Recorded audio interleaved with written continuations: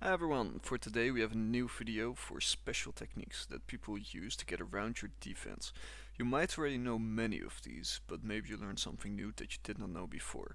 So, let's start with what I like to call the bearded duck backstab.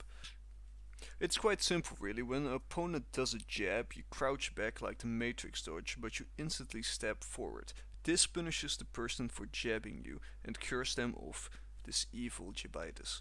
The way you can counter this is by stabbing instead of jabbing. It's uh, it's quite something to get used to.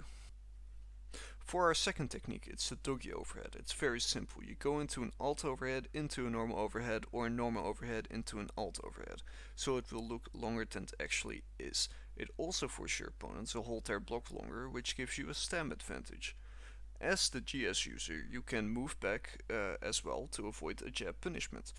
To counter this, try and get comfortable with overhead and trying to catch the late overhead or the normal overhead into a counter. This takes time to see and we have to get comfortable with it.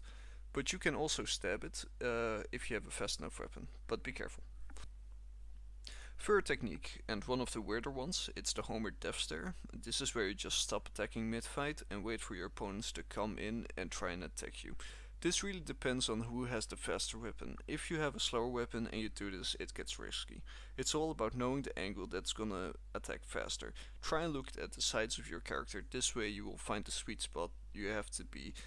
This move also takes the rhythm out of the fight, so if you notice you're losing, you can use this to reset the fight and adapt to your opponent.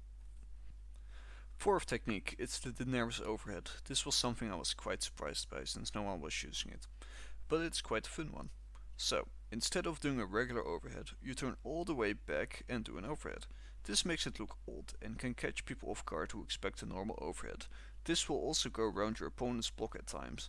It's hard to land and people can go to the sides of this attack to avoid it, so I recommend only using it if you're in a stalemate with a constant riposte battle, to throw all the rhythm off.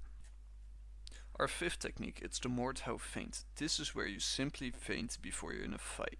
So, how this works. If you're not engaged in a fight, you can stop your check just like in Mordhau or Civ 1.